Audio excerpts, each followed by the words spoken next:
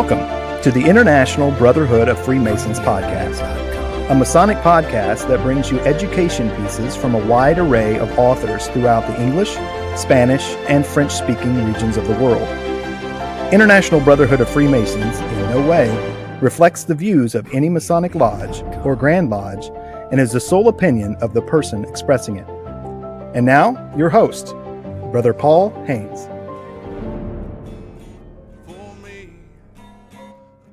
Okay, so here we are halfway through season 1. This is episode 5, and we're going to talk about a couple of renowned Freemasons. A French Freemason named Jean Bossu, and a very famous Spanish-speaking Freemason, Benito Pablo Juarez Garcia. And what we got to look forward to in the rest of the season, we're going to talk about Freemasonry under the Nazi regime. We're going to talk about racism and Freemasonry. We're going to talk about Freemasonry in New Zealand and South Africa. And we'll also later in this season see a piece from Mexico. I've already begun researching and doing translations for season 2. And so far I have a very long piece that will become 2 episodes over the Chamber of Reflection. Is very fascinating. And we'll see some other educational pieces from English, Spanish, and French sources. First, we're going to learn about Jean Bossu. He was a French Freemason, and I got as my source, L'Archives Départementales de Vosges. And this is an archive of French Masonic materials, and this was under the direction of François Petrasoler, who is the director of the archives at Vosges. So Jean Bossu was a journalist, an author, and he contributed many Masonic education pieces and books. So that's why he was remembered in the archives in the Orient de France. Okay, it says French Masonic historian Jean Bossu initiated on Saturday, October 28, 1961, in Maubeuge, France. Producer Jean Bossu was a journalist, man of letters, and historian. He was born in Reims, France, on March 16, 1911. He is the son of Louis Bossu, Attorney General, and Marie Way, a musical composer of piano and violin pieces. Just after graduating from Grenoble University, he studied a year of law in Dijon. He then returned to live with his mother in the Vosges, Gennevilliers, the original Bossu family home. He stayed there between 1931 and 1939. During this period, he began his career as a journalist. He collaborated closely on L'Est Illustré, a now-defunct illustrated magazine, for which he wrote weekly columns, and L'Idée Libre, a libertarian journal, for which he was editor and literary critic. During the Second World War, he was mobilized to take part in the air campaign 26102 under French Colonel Greaves. He also founded the La Semote, or Low Flyer, an Air Force magazine of which he became the editor-in-chief. Following the liberation of Europe from the Nazis, he relaunched the Société d'Histoire de la Révolution, a historical publication about France's Third Revolution, and became a journalist at La Liberté de l'Est, a newspaper in the city of Épinal, where he worked from 1945 to 1976. From then on, he advanced his professional career by writing thousands of reports on famous men of the region, popular traditions, customs, and many other subjects. He traveled the streets of Épinal, Saint-Dié, Rémy-Raymond, and many other Vosges communities throughout eastern France. He also became an international authority on the history of Freemasonry. His reputation earned him recognition as a worldwide expert, as an irreplaceable source of information for Masonic and non-Masonic historians, and will continue to be in the future. His history of Freemasonry was translated into English, German, and Greek. He collaborated actively in Jean Maitron's Dictionnaire du Mouvement Ouvrier Français, which chronicles the labor movement that followed the French Industrial Revolution. He also published an impressive chronicle of the streets of Epinal in 3 volumes. His notoriety earned him to be chosen as a model of his profession by the journalists of the French national publication Entendu. When he retired, he returned to work as a Gobi correspondent for La Liberté de l'Est. He was awarded the National Order of Merit in 1983, and he died in the city of Epinal on September 23rd, 1985.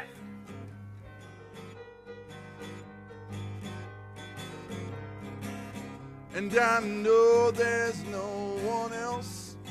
The next piece is entitled Benito Pablo Juarez García y el pensamiento masónico. In English is Benito Juarez and Masonic Thought, and I found this on La Piedra Bruta, a Masonic blog. Benito Pablo Juarez García is the most famous Mexican Freemason. He rose out of abject poverty and obscurity from the state of Oaxaca in southern Mexico.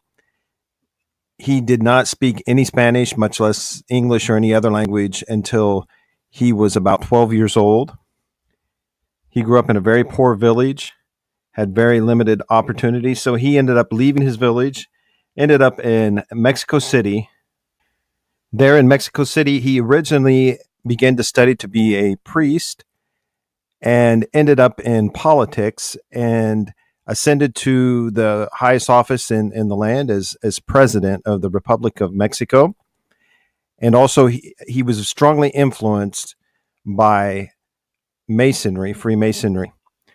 A famous quote attributed to him is El respeto al derecho ajeno es la paz, which is translated, respecting the rights of others is peace. Benito Juarez is one of the key figures in Mexican history, and just as assuredly a central figure in humanistic thought and Latin American politics. Juarez is the champion of the Republic and the emancipator of the consciences of a people that lived during centuries of spiritual and religious meekness and that stemmed from frank fanaticism nourished by ignorance and superstition, all promoted by an ambitious priestly class who are mostly interested in wealth and power.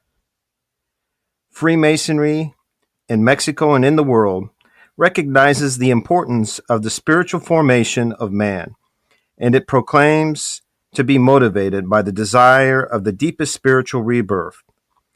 Its degrees and diverse rites and systems recognize the existence of God, and it requests that its aspirants pronounce themselves as believers, and subsequently its members ask them never to be stupid atheists or irreligious libertines. Both the Scottish Rite and the York Rite are led by the purest aspiration of linking the Mason with the divine, and never have the Mexican Freemasons pronounced against any religion or any church. Neither have Mexican Freemasons ever renounced the universal heartbeat of regular Masonry, but before the attacks of a sectarian clergy like the one that existed in Mexico during the colonization and during the 19th century, men of progressive thought had to come to the forefront in defense of the ideals of evolution and transformation that Freemasonry proclaims in its most internal forum, and that constitutes the leitmotif implicit in its teachings and rituals. Juarez was one of those men, and the pleiad that accompanied him in his struggle, the men of the liberal Reformation, are the best example of how the principles, postulates, and teachings of Freemasonry should sow concern and encouragement for the social and political institutions of an evolved people. The United States was founded by Freemasons, and the Mexican liberal reform is, without a doubt, the second foundation of our republic, and at the same time, the definitive inauguration that placed Mexico among the civilized nations of our world. In this manner was Mexico recognized in Europe, particularly by Victor Hugo, and not only in Europe, but also throughout North and South America and the entire world.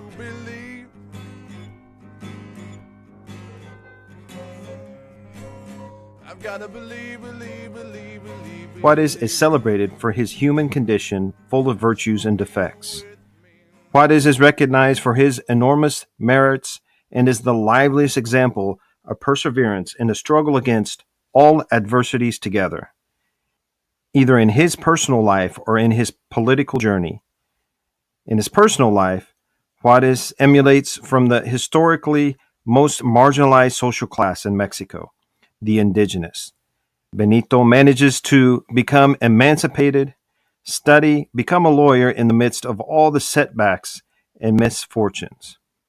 He manages to become a high magistrate of justice, a deputy governor of his native state, Oaxaca, and finally president of the Republic of Mexico. Faced with the powers of the world, fighting the French intervention of Napoleon III and an ephemeral and golden-haired Austrian Emperor Maximilian of Habsburg, he confronted one of the most greedy and intolerant Roman Catholic clergymen of his time.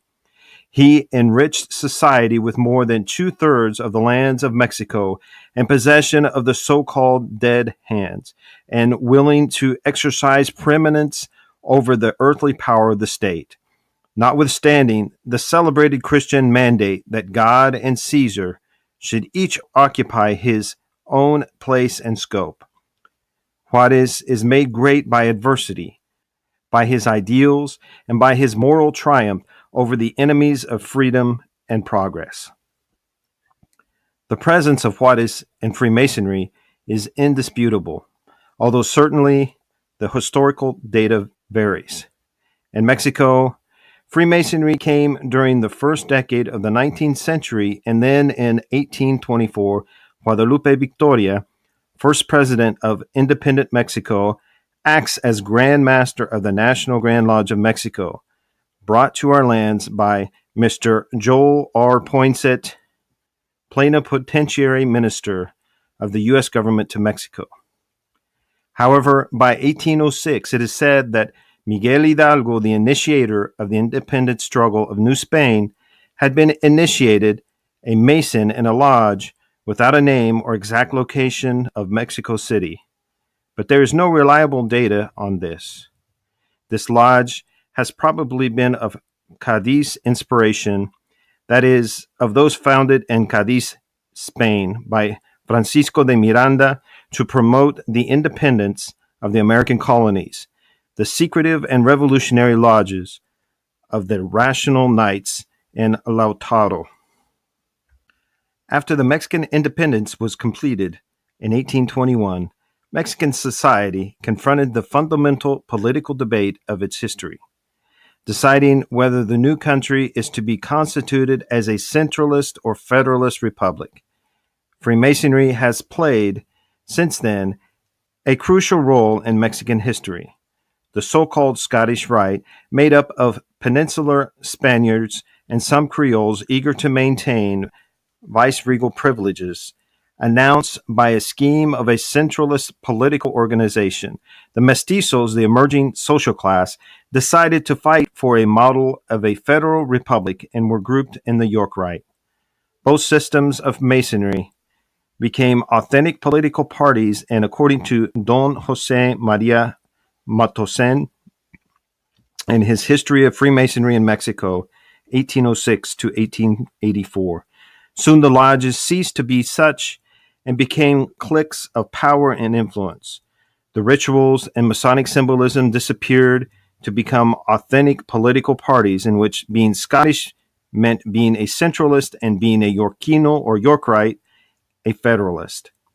There were Scottish Freemasons and Yorkinos who served as deputies in the Congress, and the debate was so strong that the fraternity ceased to be in midst of the struggle for power and the triumph of one of the two political agendas.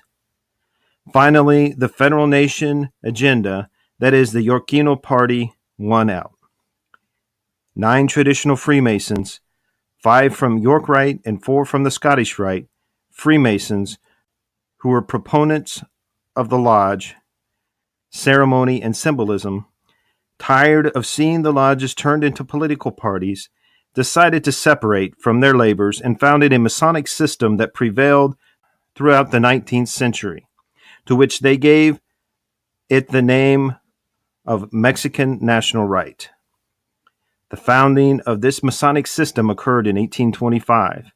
This Freemasonry, regular in the eyes of American and European Grand Lodges of British adhesion, had among its members the most illustrious Mexican men of the 19th century. And it was a Freemasonry that was born to work the ritual and ancestral initiatory symbolism. By the state of affairs in Mexican politics, the seditious stance of the Mexican Catholic clergy in their efforts to control education and agrarian wealth, this caused the liberal legislators to regroup, but not in the Yorkino and Scottish factions, but now under the banners of two opposing forces, liberals against conservatives, or in other words, Masons against clerics. The struggle was bitter and led to a civil war, the War of the Reformation, with expensive social, economic, and political wear and tear, bitternesses that today flourish in the Mexican reality. Despite the moral triumph of truth against obscurantism. For many historians, without reliable data, Benito Pablo Juarez Garcia would have started in one of these lodges of the Mexican National Rite. It is not known if in Mexico City or in Oaxaca City. It is proposed that it was in the city of Mexico on the date of January 15th, 1847, precisely in a lodge allegedly called Independence Number 2. Those who believe that the initiation occurred in Oaxaca by 1833 or 1834 postulate that it was in a lodge of the York Rite called Espejo de las Virtudes, which means Mirror of Virtue, founded by the National Mexican Grand Lodge of 1824. But Don Rafael Sayas Enriquez maintains that the event occurred in Mexico City, and to that effect, he affirms Juarez was a Freemason who belonged to the Mexican National Rite, and in which he obtained the 9th degree, which is equivalent to the 33rd degree of the ancient and accepted Scottish Rite, which was so fervent in Masonic practice that his name is preserved with veneration in all the rites, and many lodges and philosophical bodies have adopted him as a sacred symbol. Some of the characters who attended the initiation of the Lodge of the National Rite were the brothers Manuel Crescencio Rejon, the Pericles of our speakers, Don Valentin Gomez Faurias, a patriarch of democracy and then president of the Republic, Pedro Subieta, Minister of France, Pedro Lemus, Supreme Commander of the Federal District in the State of Mexico, Federal Deputies Jose Maria del Rio, Fernando Ortega, Tiburcio Cañas, and Francisco Banuet.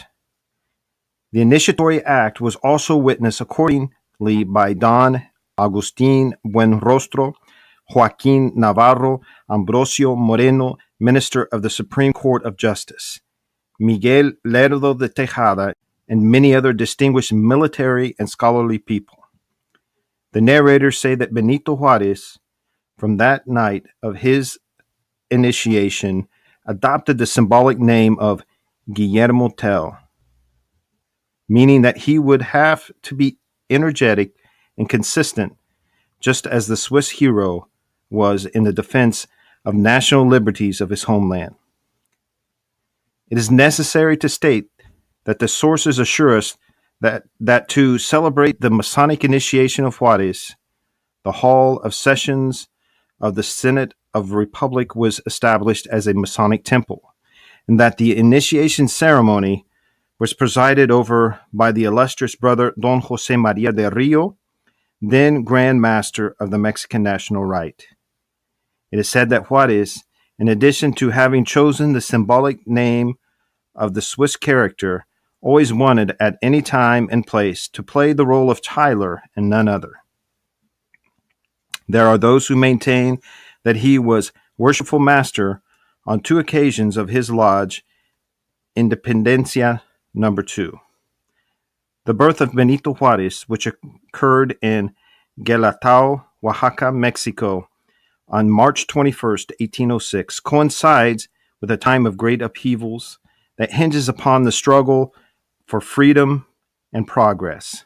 The 18th century that bequeathed to humanity testimonies of intellectual grandeur in the works of the French encyclopedists, inspirers of liberalism that would be fought for in Mexico by the likes of Dr. Jose Maria Luis Mora.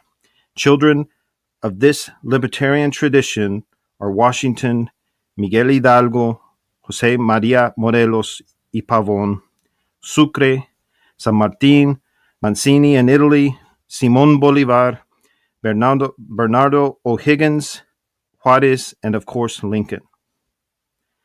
Why did Juarez become a Mason? Probably because he perceived in the old fraternal order the purest seeds of fraternity, of evangelical charity and mutual help. Juarez became a Mason probably because he found that it did not attack any religion. He and his wife, Margarita, were both deeply Catholic. Because he observed in the Freemasons the deepest respect for religious freedom, and because he understood that being a Freemason was equivalent to being free-thinking and at the same time deeply spiritual. Juarez had to understand in his heart that if Freemasonry retained certain rituals, it was because it wanted to perpetuate the wisdom of humanity's remote past and to guarantee in the world the permanence of laws, principles, and teachings that preserve the free nature of the human condition. Thanks so much for listening. Be sure to listen next month when we learn about the history of the Grand Lodge of South Africa.